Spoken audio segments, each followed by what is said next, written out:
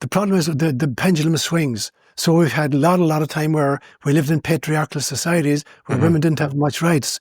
And now, unfortunately, I believe, since I came to the States like 40 years ago, it's swung in the opposite direction. And so the idea was that if you could just replace men with women, everything would be hunky-dory. And that's not true. You look at, there's lots of public women right now in politics and other areas who are just as corrupt as the guys they replaced. So it's not a question of substituting men with women. It's a question of fusing the feminine and the masculine energies. So a few years ago, I gave a long retreat to my own community where I entitled it Spirituality Beyond Gender. And so for me, I look at the principle, the Taoist principle of yin yang, where you look at these two symbols that are folded into each other, and at the heart of the black piece is a white dot, and at the heart of the white piece is a black dot. So the kind of seamless meshing of these two, that spirituality is not about, just recovering the feminine and getting rid of the masculine. It's about fusing these two, because there are occasions when it is more important to demonstrate yang energy, and there are times when it's important to demonstrate yin energy. Welcome back to another installment of Behind Greatness. Luciano here speaking as usual. As your host, today we have another guest joining us from California, in the middle of the mountains, middle of nowhere, California. His name is Father Shawn. Hold on. Father Seán ÓLaoire. You got it. Yes. Yeah, I didn't memorize it. So Dr. Seán ÓLaoire was born in Ireland, earned a BSc degree, major mathematics from the National University of Ireland. He was ordained as a Catholic priest in 1972. He spent 14 years working in Kenya. He is multilingual and has an MA and PhD in transpersonal psychology. He is a licensed clinical psychologist in private practice. He is the co-founder and spiritual director of a non-denominational community called Companions on the Journey based in Palo Alto. He is the author of 5 books, including the 6th, which was published a few years ago, entitled Setting God Free, Moving Beyond the Caricature We've Created in Our Own Image. Welcome to the show, Shawn. Father Shawn. Thanks, Luciano. So it's been a while since we first came in contact, and it's been too long, actually. It's been too long. I would have liked to record before, but worth the wait. So, in preparation for this, I showed you some of the notes I had taken earlier on in earlier conversation that we had, but I took further notes, like summary notes of what I think I want to talk about. Okay. And by major points, so I go by major points. By major point 12, I said, you know what, I got like 6 or 7 to go here. This is too long. This is too long. So why don't we start with a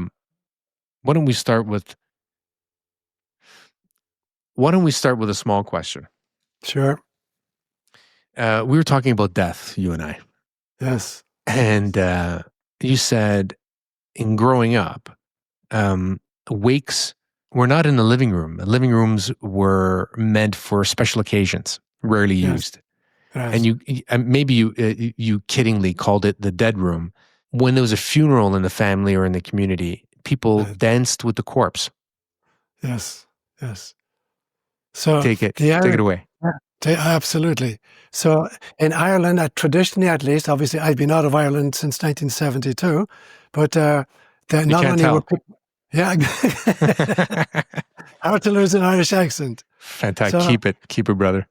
The Irish gave the middle finger to death, so they weren't afraid. But not only that, they would laugh at it, and so the body would be kept in the home for 3 days after the person had died, and was called an Irish wake. And then all of the neighbours would come in, and the family would feed them, and there would be whiskey for the men, and another drink, some kind of wine for the women, and then everybody would be given a clay pipe. It was called a dudeen, and so you'd smoking on a druidine. So you're smoking on the dead person, and then there'd be music and there'd be storytelling about the person who died, and there'd be dancing. And when it got really, really hilarious, they'd take the corpse off the bed and they'd dance with the corpse. So at one stage in the maybe early 1900s, the Catholic Church banned the Irish wakes because they weren't showing any respect for the dead. But the truth was that, we were so used to death as a colonized people that, we gave it the middle finger. And we would celebrate the person's life and make sure that they got a good send-off when they were for their journey. And so there are a lot of Irish songs about it, in both in English and in Irish about waking the dead. There's a great movie called Waking Ned Divine that came out a few years ago about an Irish wake as well. Waking Ned Divine? Waking Ned Divine. And James Joyce wrote a bit about it. It's called, also about laughing at death. First and one of the only few times I've been to an Irish funeral, but it was actually the first. It left a really strong impression because being Italian of Southern Italian extraction, immigrant Southern Italian extraction, our funerals are very, very somber, almost like forced, almost forced. Like it was disrespectful to laugh or talk. Yes. That's how I grew up when I went to funerals.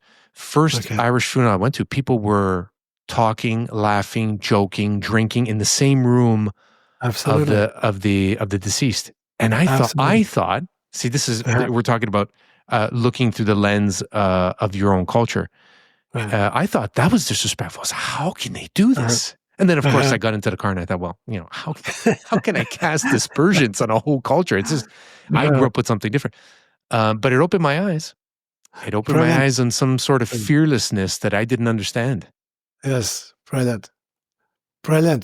So, I mean, we said in Ireland, there's a saying that all our songs are sad and all our wars are happy. And so when you're really under stress, that's the time to laugh. Yeah. Wow, that's profound. Yeah. So faced with that, you're meant to be happy and celebrate.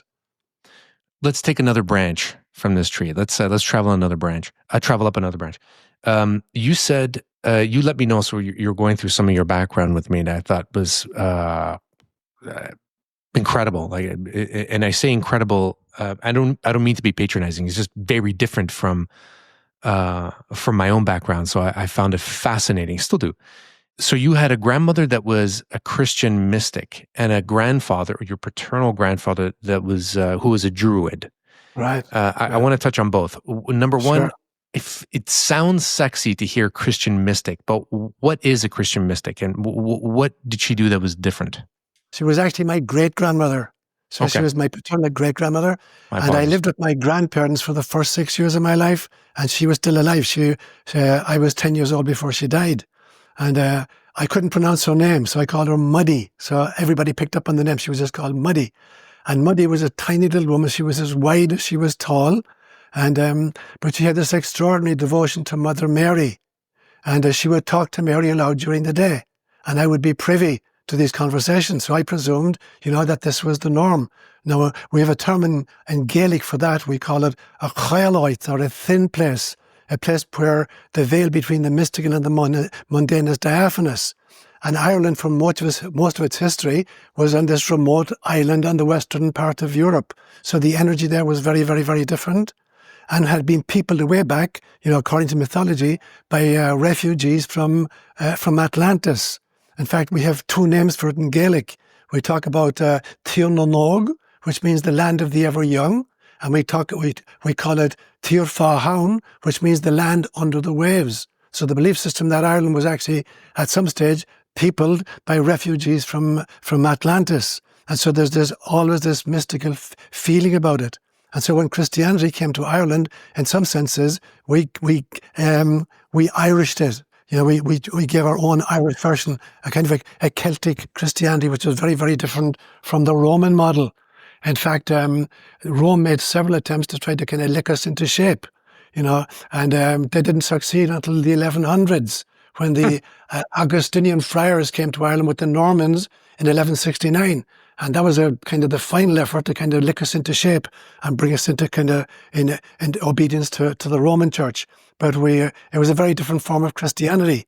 And I believe that the founding of Irish Catholicism actually came from Egypt, that refugees from Atlantis had visited Egypt and the Far East, and that it was founded by desert fathers and desert mothers, who were running out of space in Egypt. They wanted to be hermits. So they came across the Mediterranean in boats, came out through the Straits of Gibraltar, up the west coast of Portugal and Spain, and landed in Ireland. And so these hermits would create their own little huts. Now, it's interesting that the word in Gaelic for a church, the word kill, spelled in Gaelic as Cill, and you find it in many Irish place names spelled Kil, like Kildare or Kilkenny, or Killarney. And kill has two meanings. It means either a church or it means a graveyard. Because what happened was these hermits would find very remote areas, and eventually the local population would get to know about their holiness. So when people died, they wanted their dead buried near the hermit. And so the term could mean a church, or it could mean a graveyard as well. So the Irish Church then literally was founded on a monastic model, not on a parochial system. That for instance, the Roman Catholic Church was based on the old Roman Empire. So when Constantine, abandoned Rome, and went to Constantinople and set the Catholic Church up as his bulwark against the invading Huns and Goths on his western flank, the Roman Church adopted all of the jurisdictions like dioceses and parishes, and the Pope would be called Pontifex Maximus, which was a title for the Roman Empire. Sure. So the Christian Church in Europe was very Romanized. But the one church in Ireland actually came from a combination of refugees from Atlantis and desert fathers and desert mothers from Egypt. So it had a totally different flavour to it. You said the Celts owned all Ireland above the ground and gave the other half away. So there's a famous story. The Celts actually came to Ireland later on. They came about 600 BCE. So a group called the Druids, which literally means the people of the goddess Dana, were the refugees from Atlantis who had been in Ireland much longer before the Celts. But the Celts came about 600 BCE, and there was two famous pitched battles between the Druids and the Celts in a place called Moytura in County Sligo in Ireland, and the Celts won both battles. So there was an agreement made that they would divide the land of Ireland equally between them.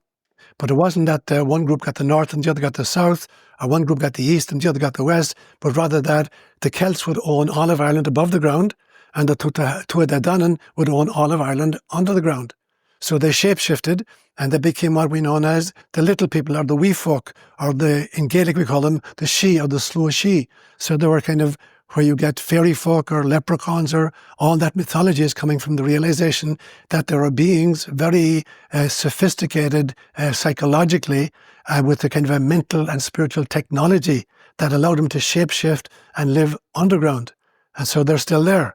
And particularly on special days in the year, there's 4 great festivals for the Celts.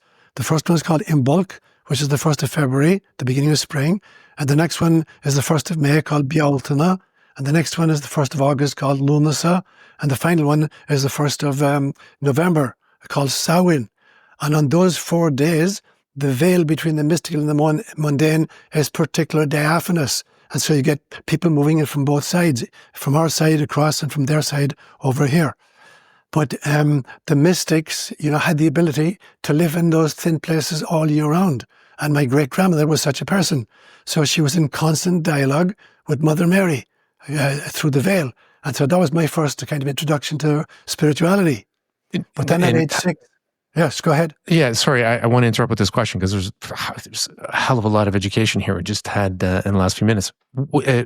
How was that accepted in your culture growing up? Was it accepted that she lived through this thin veil, that she was in constant dialogue? Absolutely. Why? It was a totally accepted form that the real deep spirituality was the ability to communicate across the veil. Now, even in Roman Catholicism, I'm sure you grew up with this notion of the communion of saints. Yeah. You've come across that, yeah? So according to the Roman Church, the communion of saints consisted of 3 groups. And they gave them terrible titles, real military titles. There was the church, the church militant, which is people who are alive on planet Earth. And there's the church suffering, which is the souls in purgatory. And there was the church triumphant, who were the saints in heaven. But the belief system, even in Roman Catholicism, was that these 3 groups were in constant dialogue with each other and could assist each other. So we could pray for the souls in purgatory, and the people in heaven could pray for us and for the souls in purgatory.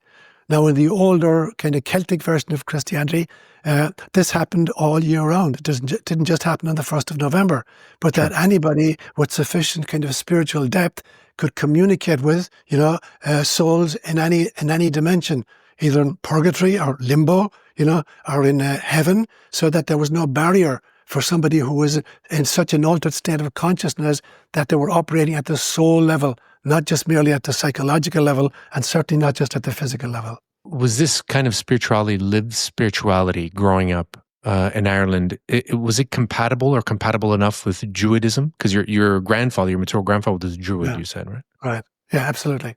So and then let's step back. What is Druidism? What is a Druid? So there are three groups as well. Druids are one of three groups called Ovates, Bards, and Druids. So the Ovates were a group of Celts, who were in charge of ceremony, initiation rites. And the bards were in charge of genealogy and storytelling and music, and the Druids were in charge of archiving history.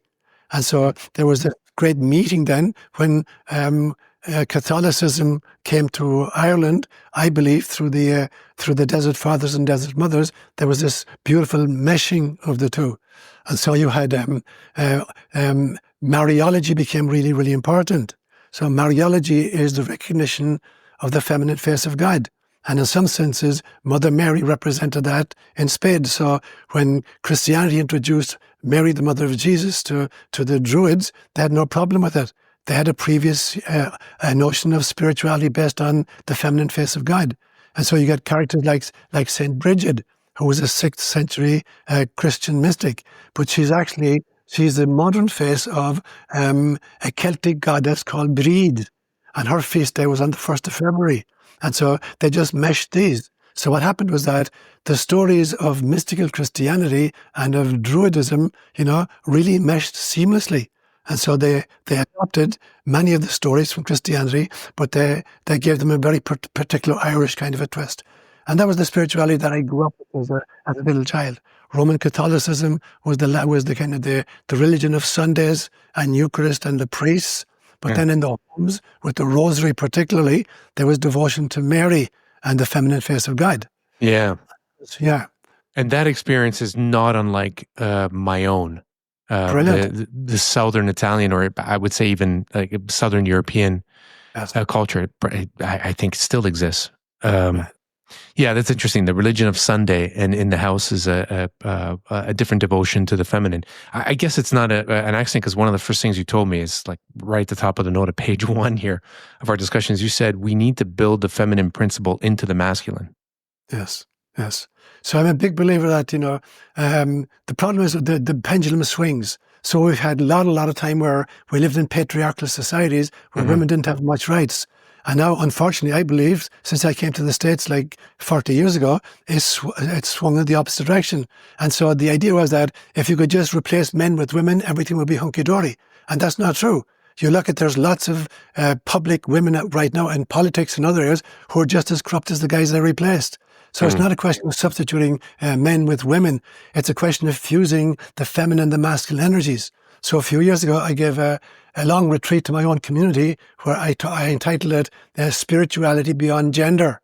And so for me, I look at the Taoist principle of yin yang, where you look at these two symbols that are folded into each other, and at the heart of the black piece is a white dot, and at the heart of the white piece is a black dot. So the kind of seamless meshing of these two, that spirituality is not about, just recovering the feminine and getting rid of the masculine. It's about fusing these two, because there are occasions when it is more important to demonstrate yang energy, and there are times when it's important to demonstrate yin energy. And I give kind of examples. You take, I remember coming across a scene a few years ago in Australia where firemen were fighting this extraordinary bushfire. And this little wallaby, tiny little creature came out of the forest absolutely dying, scorched. Its skin was scorched and really, really thirsty. And you've got this big, huge, brawny fireman cuddling this little creature and feeding it a bottle of water. And this little thing is sucking off it. So you got the yang energy of the male rescuing this little creature, and then the yin energy where it's feeding the little baby. Another case of a woman who was involved in an accident and the car flipped over, her truck flipped over, and her little child was trapped under the truck. And this is like a 1.5-ton truck. And she lifted the truck on her own off the child and then pulled it out and then nursed it at her breast. So that for me is like, that's the fusing of yin and yang. And for me, that is the form of spirituality I think we're headed toward. So I call it a combination of Christ consciousness and Christa consciousness. So Christa consciousness for me is the kind of the incarnation of the feminine face of the divine, and Christ consciousness is the incarnation of the masculine face of the divine. And that the idea is to mesh these so that we have a spirituality beyond gender, which is incorporating both the yin and the yang energies. So one of the things that attracted me to you before we actually reached out to you is that you seem to be, and now I know you to be, a man with a lot of stories, and seems like you're attached to story. And then you told me something that again I found really fascinating. I want to go into it a little bit if you don't mind. Sure. You said that you spent a summer in Ireland. I don't remember how old you were, but besides the point, you were collecting proverbs. I guess you felt the need. You felt the need to do it because maybe it was waning or you were losing it. And you said also something. Let's go back to Christianity. You said if Christianity never came to Ireland, we could live entirely through our proverbs. Absolutely, absolutely, yeah. So I believe that stories are the archived wisdom of a culture. And so the problem is if you try to articulate a truth using philosophical terminology or scientific language or even theological terms, these terms always change over time and they wind up saying the exact opposite of what they originally intended. So all of the great mystical teachers use stories. So there's for instance, in Matthew's Gospel in chapter 13 and 2 different places, Jesus is interrogated by his audience and they said to him, why are you always speaking these ridiculous parables? Talk to us plainly. And he gives 2 different answers. The first time he said, I speak in parables so that seeing you may see, but not comprehend. Hearing you may hear, but not understand. Now, why would he do that? Why would you speak in such a way that people can hear you and see you, but not understand you or comprehend? Because Christ is saying there are 3 different ways of listening. You can listen literally, so you're using your left brain, rational thinking.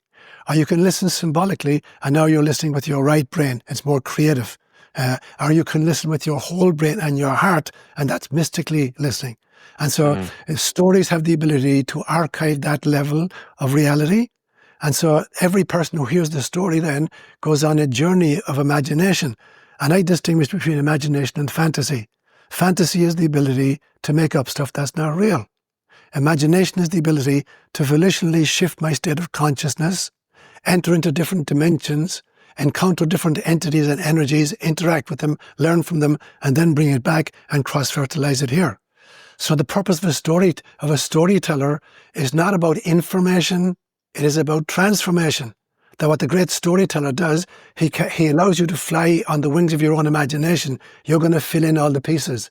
And if you're listening with your heart and your soul, rather than with your left brain, you're going to soar through different states of consciousness, and you're going to have real deep mystical experiences. And so stories archive that wisdom. And then proverbs they're the distillation, the one-liner distillations of a story. So what you're saying to me is I was raised bilingually, Gaelic and English. And there were parts of Ireland where Gaelic was still the mother tongue. And I would spend my summer holidays in those areas. And in one year, I collected 432 proverbs. Amazing. And I would ask the elders, can you tell me in what context you'd use this proverb? And that's when the old man said to me, if Christianity had never come to Ireland, we could live according to the proverbs. You still have that archive, right? Or you archived them, you still have that collection of 432? I gave them, I was a junior in high school, and I gave it to I was educated by the Christian brothers. I gave them all of those proverbs, and they created a little pamphlet or booklet out of it, and I never saw it again. I went off at that stage and joined the seminary, so I never saw it in print. But I gave them all the information. I'll bet you it's in the Vatican Library somewhere, stored deep underground. Wow. Probably stored under heresies. Yeah, right. Well, that is a good segue because you call yourself, I'm using your words, still a small C Catholic. So you were ordained You were practicing as a Catholic priest. You Right. lived in the bio. We introduced it as well. You lived in Africa for 14 years. You were a little bit of these are my words. A little bit of a rabble rouser. You're a rabble rouser. You created some trouble too, where you saw injustice. Yes. You were kicked out of Kenya. I was kicked out of Kenya after 14 years there because I was clashing with politicians. And one final meeting with the president of the country, a guy called Daniel Toroitich Arap Moi, who was from the tribe that I was working with at that stage, and I spoke his language. And I was trying to make him aware of the extraordinary abuses that were happening. In 1984-85, there was tremendous famine in Kenya, and I lived right on the edge of the desert. And so I was bringing in food, and I was distributing it to 19 different villages in the area. And a local politician was using government troops to take the food from his own people, and he was selling it. And so he and I were clashing furiously. And so finally I got dragged before the District Security Council, and I was given 48 hours to leave. So I left Kenya. Yeah. Oh, what was the threat? Under threat of what? Imprisonment, death? Lose my life. Yeah, there was actually one attempt made on my life. I didn't succeed, obviously, but I had an old Toyota Land Cruiser, a pickup, and I lived in a very remote area with just roads that ran along the edges of cliffs. And a government vehicle literally came at me and tried to run me off the road. But I managed to avoid it. Yeah. Oh, that's fun. Yeah. You managed to avoid it, but it never came after you. Like you had no other attempt, and you just left. The villagers at that stage, they put rocks across the road. It was just a dirt road to begin with. So when the district commissioner and his Land Rovers arrived, there was a barricade across the road, and they stopped. They stopped, and they were speaking in Kalenjin, and they used a phrase, if I can translate it. It said, "You have a very loud bell in Kipsarm." Kipsarm was the little village I lived in. "You have a very loud bell, but it will shortly lose its tongue." Oh boy! But it's a pun in Kalenjin, because the word for a bell is the same word for the testicles of a bull. And so I said, "You have a very big bull in Kipsarman, and he's shortly going to get castrated." So it meant, get rid of me. So the locals just kind of, they looked out for me. And the local bishop was an extraordinary guy. He took my side, and I had written up all of this information, and I got the old people to put their thumbprints on it. So I gave him all that material. And so he had a meeting with the provincial commissioner, who was kind of just below the president. And he said, "If this man is thrown out of the country, I will publish all of this material in the local press." So they actually backed off for about 16 months. But then every 2 years, I'd have to renew my visa. And I knew that at the end of the 2 years, I'd never get back in. So I left in 1986. Wow. So you after that death threat, you still stayed. Yeah. Wow. Yeah. It was very funny because, the president was a guy called Daniel Toroitich Arap Moi. And a few weeks after this, I got an invitation to give a retreat in a girls' high school, which was on the same compound that the president lived. And so one of the local priests wrote an article. He says, "We know the story of Daniel in the lion's den. In this case, we have the lion in Daniel's den." So the name I was known by in the village was the Simba wa Kipsarman, which means the Simba wa Kipsarman, the lion of Kipsarman. So I was joking, saying now it's the lion going into Daniel's den rather than Daniel going into the lion's den. Almost a proverb. You could almost make a proverb out of it. Wonderful. Going back quickly to proverb, because you called a proverb a distillation. Right. So for me, the stories are the kind of the archived wisdom, and then the proverbs are the one-line distillation of the story. Wonderful. Yeah. When you were describing that, I want to jump back forward, but just very quickly, when you were describing that, I felt like you were also describing song. Because song does describe what story does for you. Like it brings it. It triggers. I think I'm using your word here too. It triggers your imagination to delve into quote unquote another dimension, like another level of existence to create things in your head. Yeah, in absolutely. Your soul. Brilliant. And so that's the reason I believe we're at the beginning of John's Gospel. You get this beautiful passage that says, "In the beginning was the Word, And the Word was with God, and the Word was God. All things were made by him, and without him was made nothing that was made. In him was life, and this life was the light of human beings. And the Word became flesh and dwelt among us. Now, I talk about the 5 L's regularly, love, light, logos, life, and laughter. So I believe ultimately there is only love. God is love. It's not that God has love, but God is love. They're synonyms. So the first principle is the love principle. And then the second part is love gives birth to light.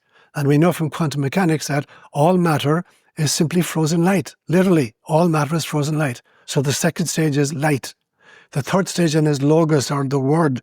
And the logos is the morphological agent, that which gives form to matter. And so it's like a potter with a lump of clay. The clay is like the light, and the potter is like the logos, fashioning a bowl or a cup or whatever. So the third principle is the logos, the word. And then the fourth principle is the life principle. When a light and logos dance together, they create life. And the objective of life is laughter. That, you can be a holy person without a sense of humor, but you can't be a spiritual person without a sense of humor. Because laughter is the first spontaneous reaction to awakening to the illusion of Maya and samsara. So if you like the 5 L's. And that's what songs should do for us. Yeah. Laughter also, what your culture has taught us or taught me, laughter is also a great bridge to the afterlife. Absolutely. Absolutely. That's great. It's the first sign of enlightenment. When I learned to laugh at myself, that's the first sign. Yeah. And then when I laugh at the illusions of the world, that's the second sign. It's not that I'm deriding them or being sneering, but saying, I can't believe you're stuck in all this kind of illusion still. Wake up and smell the coffee. I'm with you there, brother. That's part of what we're trying to explore here in some of these conversations. Right. Where does empathy, where does it lie in contrast or in support of those 5? Right. Or does it? Yeah, it does, because empathy or compassion, one is kind of Latin and the other is coming from a Greek origin. So I believe that actually there are 4 versions of compassion, and compassion is love in action in some senses, or empathy in action. So I believe that I call them the 4 C's. So the first kind of compassion is confirmation. They said, "Attaboy, Luciano, you've done a great job, keep it up." So that's the first level of compassion. The second level of compassion is cooperation. We're members of the same team. You have one function in the team. I got another function in the team. Everybody else has their own function in the team. So the next level of compassion is cooperation. The third level is compensation. I drop the ball and you pick it up so there's not an interception. And so you're making up for my kind of screw up. And the fourth one is confrontation. Sometimes a person is behaving so badly, they need to be kind of challenged.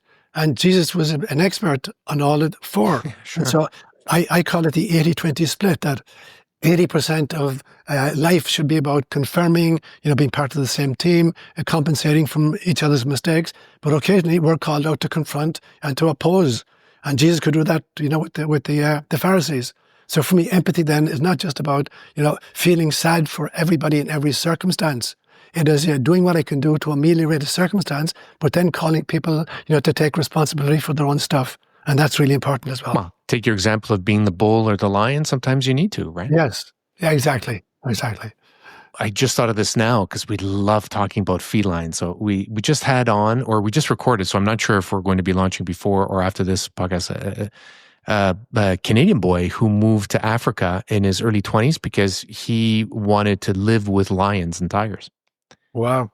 And and that's a side note, but maybe the animal, or maybe the living being that best embodies the feminine within the masculine and vice versa, is the lioness. That's brilliant. Is it? That's brilliant. I love it. She does everything. Yeah. Yes. That's a brilliant example. And I mean, I've heard again very, very recently that the world is in such disorder at this stage that we don't have time to wake up the sheep.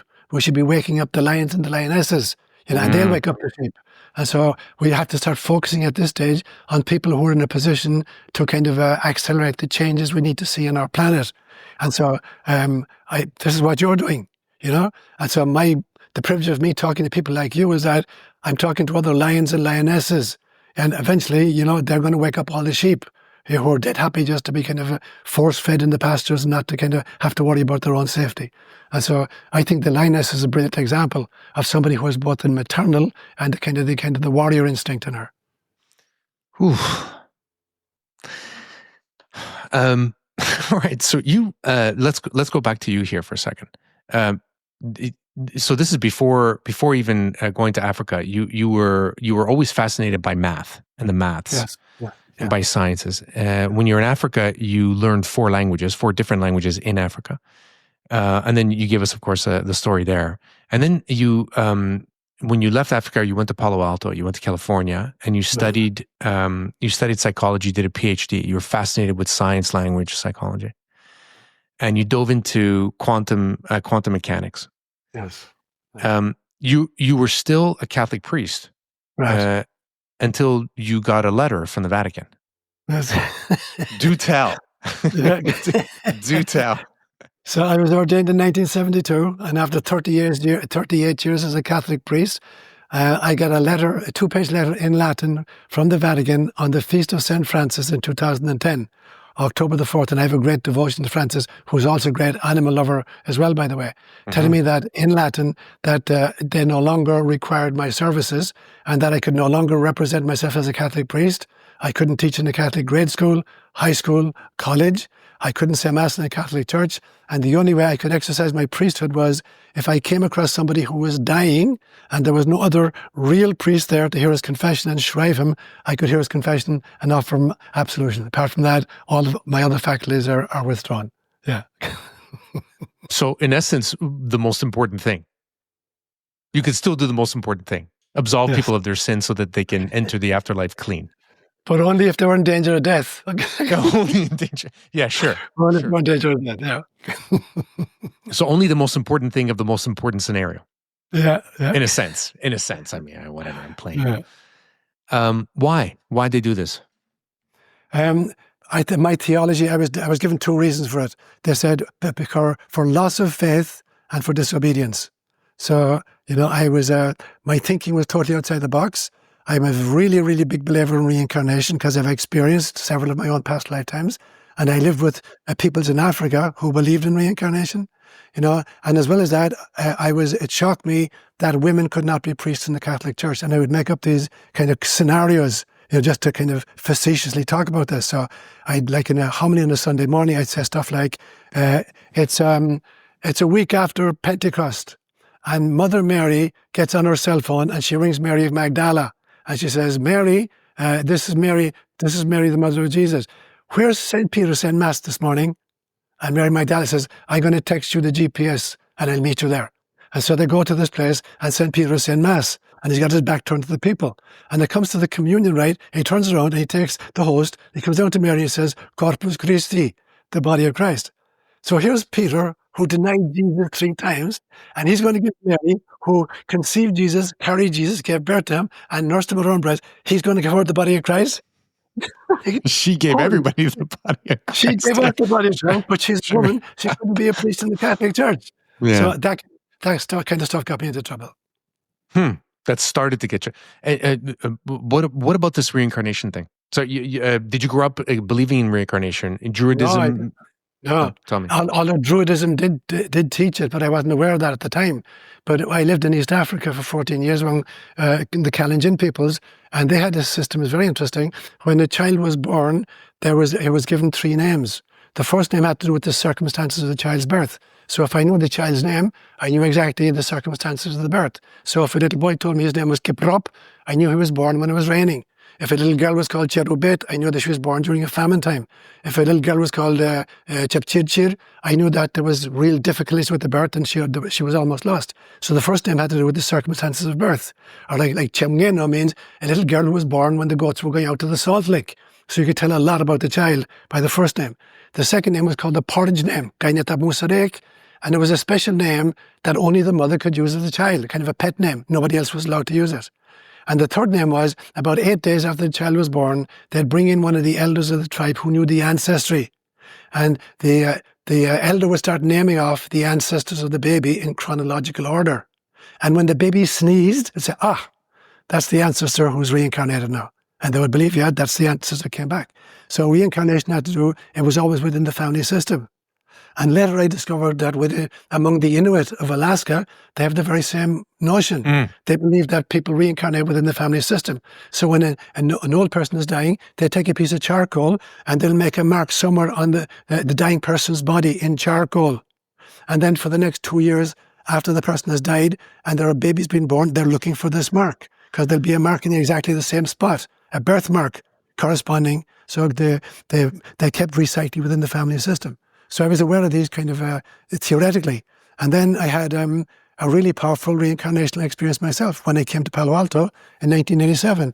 I was doing a workshop on pre- and perinatal matrices with Stan Groff. And the idea was that you would get to re-experience your own birth process. So they would create a kind of a birth canal of pillows, and you would have somebody looking out for you, and there was this really kind of mystical kind of music, and the room was completely dark, and you got 3 or 4 hours to experience your own birth process. Now, there was 23 people in my class. Every one of them had an experience of their own birth process. When they came to me, I had the experience of being a young Tibetan girl giving birth to our own firstborn. And it was so real for me, I literally had pains in my thighs for a week afterwards. Wow. So that was the beginning of a series of personal kind of recollections of reincarnation. So a series. So you've had subsequent experiences. About 11 at this stage. 11 different. And how do those get induced? Or is that the right question? Very, very often. I've been collecting my dreams, recording my dreams since 1979. And often I'll seed my dreams. Did you give that to the Vatican too? They came and confiscated them. Yeah, right, in 2010. In Latin, they demanded them. In Latin. Yeah. Sorry, go ahead. Not at all. So a lot of it is in dreams. I've been meditating since I was 18, so I'm 78 now. So I've been meditating for nearly 62 years, and in my meditations, I'll get these insights. And then in 2006, I did a 4-hour regression with a good friend of mine, Matt McKay. He and I actually co-authored one of the books together, a book called Why, What Your Life is Telling You About Who You Are and Why You're Here. And Matt was trained in this form of hypnotherapy where you try to access the bardo state. In Buddhism, it's the state between incarnations. So you die in one incarnation, and before you reincarnate, there's a bardo state, the kind of the life between lives. And so I did a 4-hour regression with Matt McKay. And so in the process of that, what happens is you get regressed into earlier and earlier stages of this life as Shawn. And then you jump into the end of the last lifetime and how you died in the last lifetime. And at the end of that, then you're in the bardo state and you're talking about what's happening now that you've died in a previous life. Wow. But in that interim place, when I'm looking at how did I die the last time, I realized I had died in 1944 as a young Russian soldier on the Eastern Front trying to free up a concentration camp of women and children. And it was really, really graphic. I'm moving towards this cage and there's this firefight going on between ourselves and the Germans. And I see this woman behind the barbed wire, a young girl behind the barbed wire. And somehow I know she's a soulmate of mine, that we've been together many, many, many lifetimes. And so I break ranks and I run over to try to reach through the barbed wire at her. And she's coming towards me. And all of a sudden I get shot in the back and I die. And so I have a whole bardo experience then where I realized that she and I had been together in different kinds of relationships over many, many different lifetimes.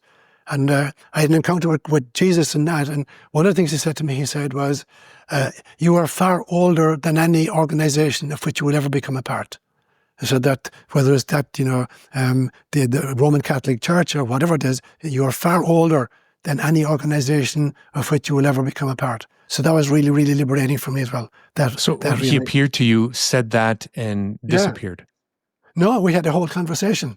So I wanted to know about, when I got at the other side, I was greeted by my great-grandmother, whom we've spoken about, and my grandfather, who was a Druid, and my sister Ethna, who had died. She had a brain aneurysm in 1995, and some other characters who had been important to me in previous incarnations.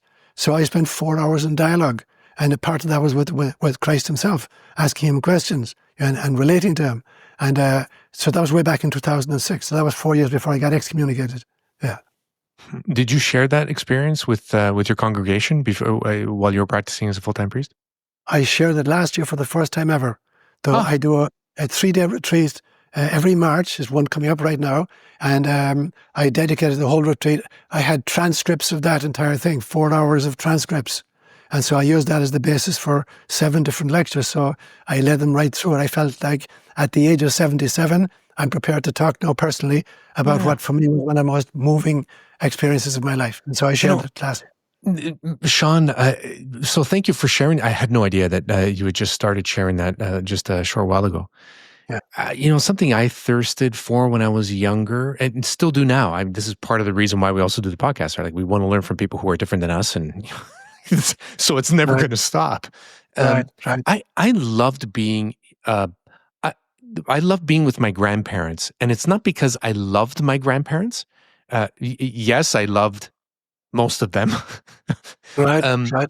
But it's because they lived a life that was completely foreign to me. And I wanted to understand why. I mean, in retrospect, obviously when I was little, I didn't quite understand. But in looking back, like I wanted to understand who the hell they were as people, not just as my grandparents, and where I came from, because I was deeply curious about me.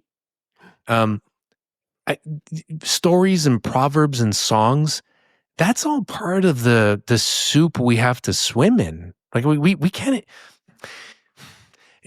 As you were explaining to me with your experiences in Africa, I'm finding that the closer today, modern age, the closer a culture is to their indigeneity, the closer they are to understanding the world is not 100% material. Exactly. And there's no shame in that. Yes. I think we impose the shame, the Western world, the materialist-based philosophy that we grew up in. It shortchanges our full experience. Absolutely. And I grew up in the Western world, but I have relatives, grandparents who grew up in the Western world, in a different part of the Western world, that celebrated mystical traditions as well. Yes. And it was never anything to be ashamed of. And that's what I remembered from my grandparents' generation. Except I didn't study it. I wasn't as diligent like you were in collecting and throwing myself in it. But I guess maybe that's what we're trying to do now.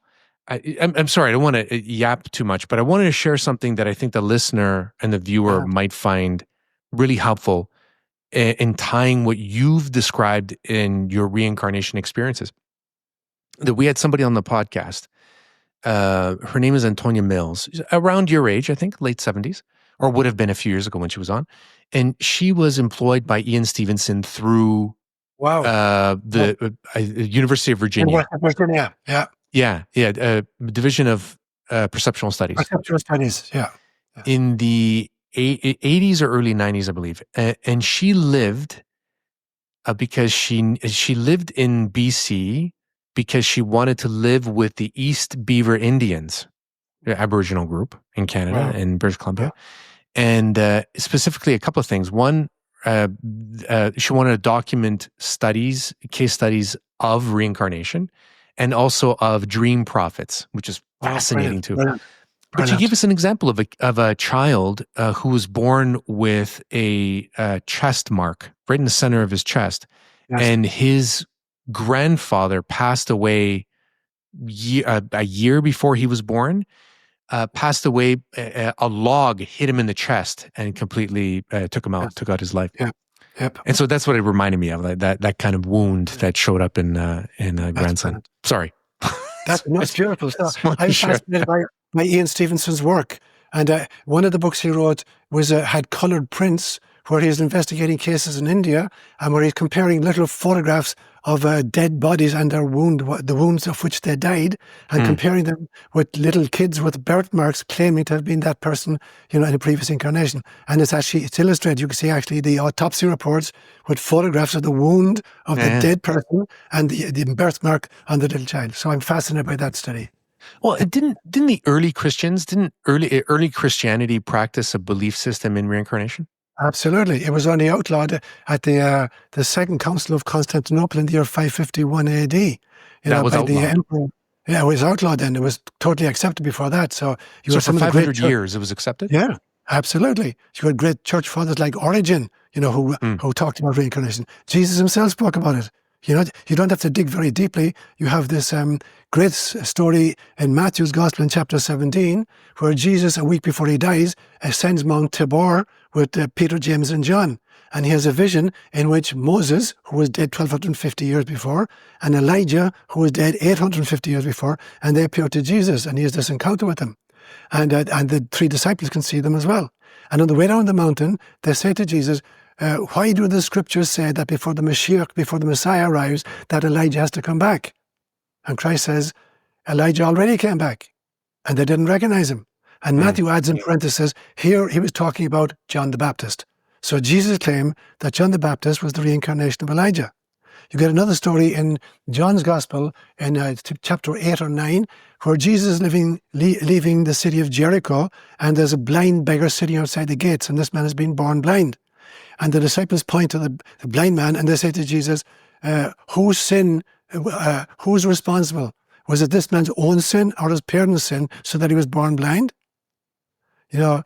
Christ says it wasn't his fault or anybody else's. But that question doesn't make any sense unless you believe in reincarnation. How could a person be born blind for their own sin if there hadn't been a previous place where you could commit the sin?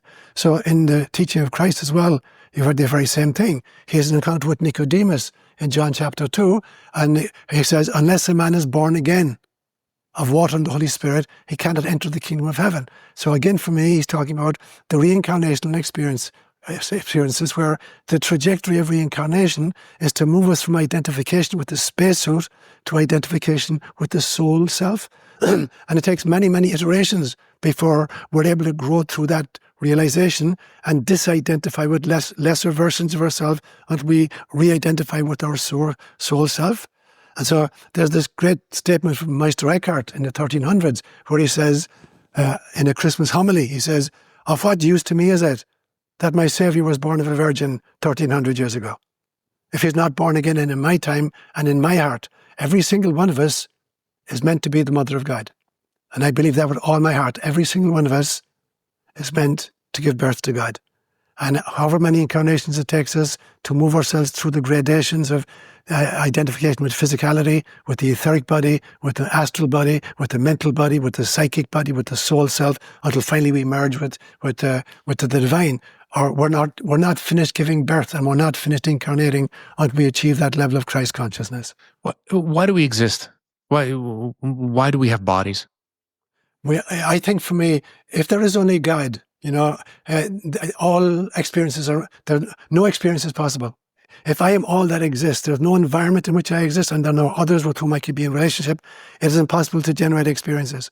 So we are the way in which God generates experiences. So 2 years ago, I had a really bad fever. And when I get a bad fever, I have these really amazing visions. Like when I was in Kenya, I got malaria at least once a year. And the upside of malaria was that I had these extraordinary visions. So 2 years ago, I get this vision.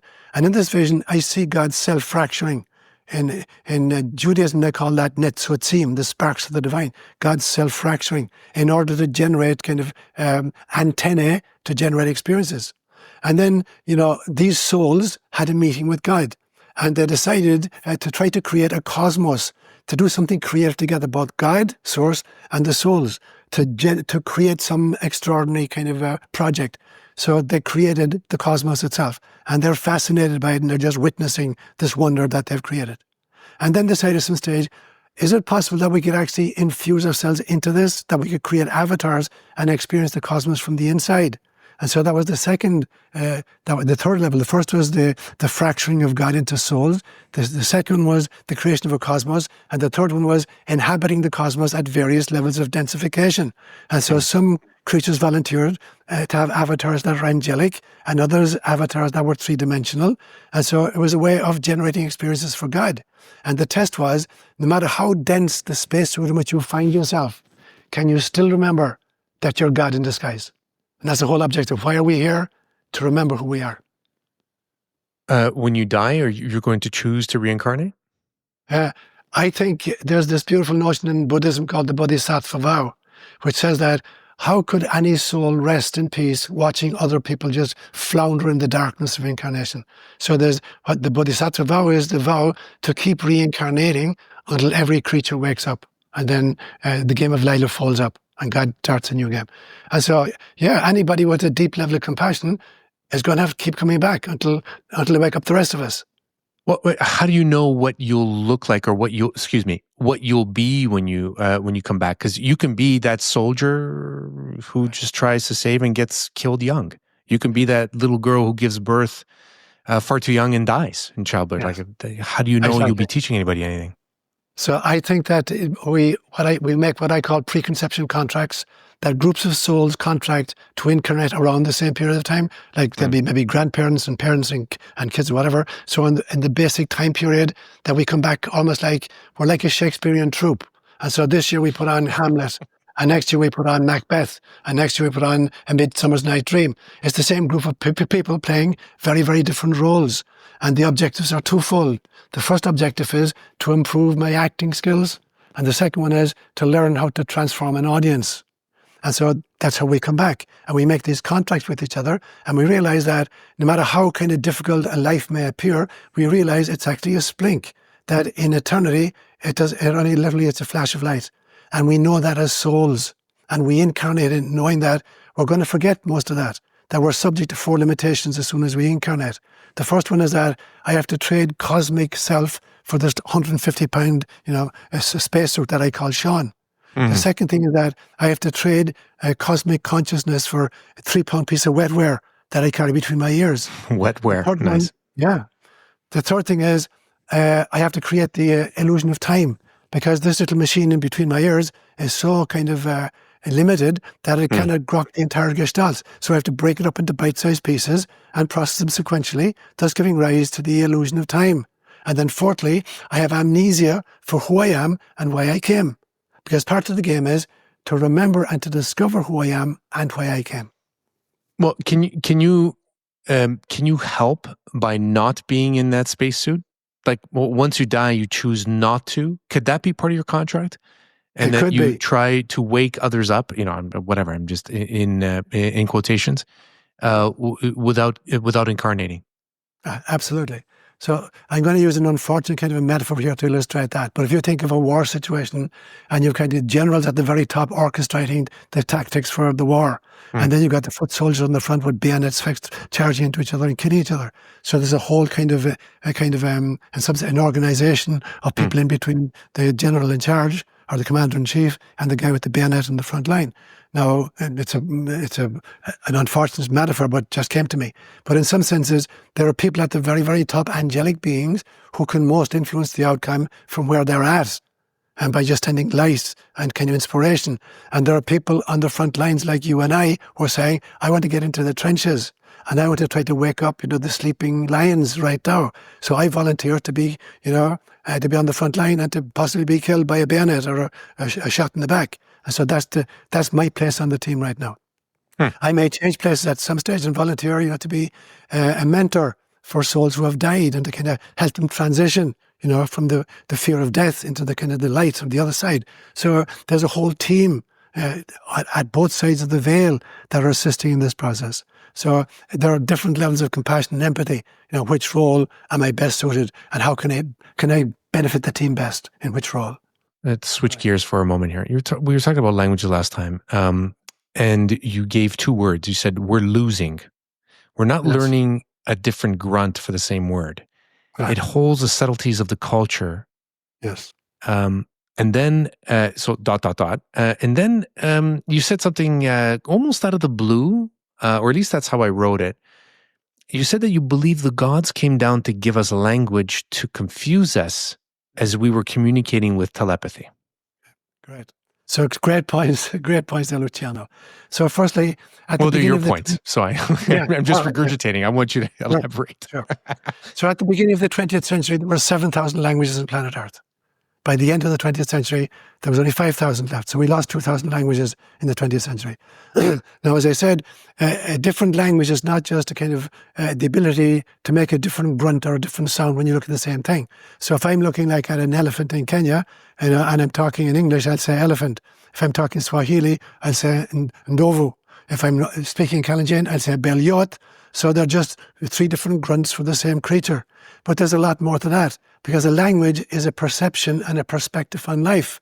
And so a language has the ability to adopt a unique perspective on life experiences that can't be replicated in another language. Often there aren't words in the host language to kind of translate the original sound. Sure. But much more importantly, there's a lived experience and there's an energy that's part of the language that doesn't even get translated into the words themselves.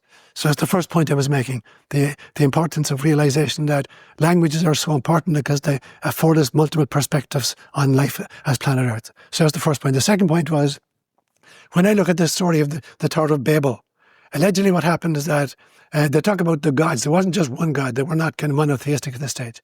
So these sky beings watched human beings and they could see the hubris of these human beings, that they were attempting to build a citadel to reach the heavens. Now, it may actually have been some kind of a spacecraft that they were trying to go to the heavens, not just a physical building. And so the gods, who literally just, they're extraterrestrial entities, they're not divine beings, they're extraterrestrial entities, they realize these guys are going to outstrip us. In much the same way now that I'm feeling AI could outstrip human beings, and that at some stage, AI becomes most powerful, and it decides to get rid of human beings. They're not necessary anymore. So I feel that was the situation in which these extraterrestrials found themselves. Here are human beings, and they're going to catch up with us and perhaps outpace us and get rid of us. So what are we going to do? So at that stage, I believe that human beings were telepathic entities, that they could literally download vast bulks of data from mind to mind. And so what they came down and they offered them a tool. They said, we're going to teach you something new. We're going to teach you languages so you can articulate. It's not mind to mind anymore. You can verbalize and vocalize, and here's what you're going to do. And we grasped it. We loved it. In the same way that modern people want to get a spell check, so you don't have to learn how to spell anymore, or a little desk calculator, so you don't need to do math anymore. And now we're losing the ability to do math and to spell. So these great kind of gifts we got, in some senses, have set us way back. And so then language, this great gift of speaking to each other, meant that slowly by slowly, our telepathic ability declined until finally it's almost non-existent. Now, animals retain some level of that. They have a sensorium which has much bigger kind of wavelengths than human beings. So like we can hear between 20 and 20,000 hertz. A bat can hear up to 20 to 100,000 hertz. And so, visually, dogs will see stuff that we can't see, ghostly figures, and dogs are aware of it and freak out and start barking, and we can't see it. Mm-hmm. So our sensorium is really limited. And there are parts of nature, like in the animal kingdom, that have the ability to kind of see beyond our senses. Like butterflies, for instance, and pollinators can see into the ultraviolet and infrared ranges, and that's why they're attracted to particular kinds of flowers for pollen. So I think then that language has been a blessing and a curse, just like AI is a blessing and a curse, or like all of our technology is a blessing and a curse. So I want to see if there's some way that we can reconstitute our telepathic abilities. Well, reconstitute. Oh. Reconstitute, yes. How do you propose we can do that? It is by entering altered states of consciousness. So I think every state of consciousness has an extended sensorium, and that we build other faculties into it as well that have been lost, like psychic abilities, clairvoyance, clairaudience, clairsentience, psychokinesis, telepathy, precognition, intuition, all of these things. And so that they're still lurking in the kind of either at the astral level or the higher level, and that if we learn the techniques of creating appropriate kinds of aerials, we can once more transduce that level of information, and articulate it. So here's something really, it's going to sound really silly, it just came to me. Altered states of consciousness. How about those of us who are not interested in ingesting, say, psychedelics to achieve this? I'm using that as an example. And maybe substitute it with things, with activities that really bring us that kind of heightened sense of joy. Like when I say heightened, I mean like other, like completely different out-of-body experiences. Like, eating a special kind of food or traveling at high speeds of rate. So some people are addicted to speed, as an example, and maybe achieving that state through, I don't know, like literally traveling at a high rate of speed for a while. I don't know, just throwing it out there. Would that be possible? Like achieving that altered sense of state and communicating through that while in that state? Yes, totally. And so I have two responses to that then, Luciano. The first thing is, depending on it sounded really silly. I apologize. It's not silly at all. It's powerful. So I think music does it. I think sports does it for some people. Yeah, okay. Do it. Some people are doing it using entheogens. I don't do that. Some people do it during meditation. Some people do it by long distance running. So there's lots of ways in which we can alter states of consciousness. Now, depending on the modality which is used, I can access some states of consciousness, but not others. So there's a whole range of states of consciousness. So we're going to try to figure out what is the optimal way that can take me right up to a kind of Christ consciousness itself. Because I can access states of consciousness which just give me a thrill. But there's a difference between a state of consciousness and a stage of consciousness. Anybody can alter their state of consciousness through mushrooms or through music or through running or whatever. The question is, have I altered my stage of consciousness? Am I now a more compassionate person? Am I nearer to Christ consciousness as a person? Has the rest of my life, in sync with the experience I had? And the metaphor I use sometimes is like, I live quite near Mount Kilimanjaro, which is the highest mountain in Africa. It's about 17,000 feet. And it's like a 5-day trek up and down. Now, imagine somebody put a cable car to the top of Kilimanjaro. And you hear that there's an extraordinary view from the top. And so you go on the cable car and you spend an hour and a half going up and you look at it and you say, wow, this is really powerful. And then you come down. Another group decides to trek and they go up 5 days. They're camping out in the snow. They're being bitten by mosquitoes. They're cooking their own food. They're telling stories around the fireside. They go up there. They're looking at the same vista, but they're totally different people. They come down after 5 days and they've been radically changed. It's not that they saw something else, they became something else. Yeah. So it's the question of which kind of modalities create a stage of consciousness rather than just a state of consciousness. Now I understand why you use Shakespeare and troupe. Okay. Very good. Very good. Very good. Stage. I'm going to take that. That's one of the things I'm going to take away from this, state versus stage. Right. Oof. Shawn, last question. Sure. For now. Yeah. What does greatness mean to you? Greatness is achieving the purpose for which you incarnated. So for me, it's life is teleological, that every one of us has a purpose. That every little acorn, I've got lots of oak trees around me where I live here. Every little single acorn that falls from a tree, its vision for itself is to become a great oak tree. And it will take 50 years for an acorn to become an oak tree capable of dropping its own acorns. But locked into the little acorn is the desire to that and the ability to accomplish that. Now, every single one of us is a little acorn dropped from the tree of God, the tree of life. And our purpose is to become a tree capable of dropping our own acorns. Another kind of inspiring other people to have the same kind of vision as we have, like a Christ consciousness. So the very purpose of life really is to kind of recognize that we are acorns dropped from God's tree, whose purpose is to create another tree capable of dropping other acorns. Well, let's leave it at that. Appropriate. Shawn, thank you so much. That was such fun, Luciano. I agree. I agree. We must do this again. Amen to that.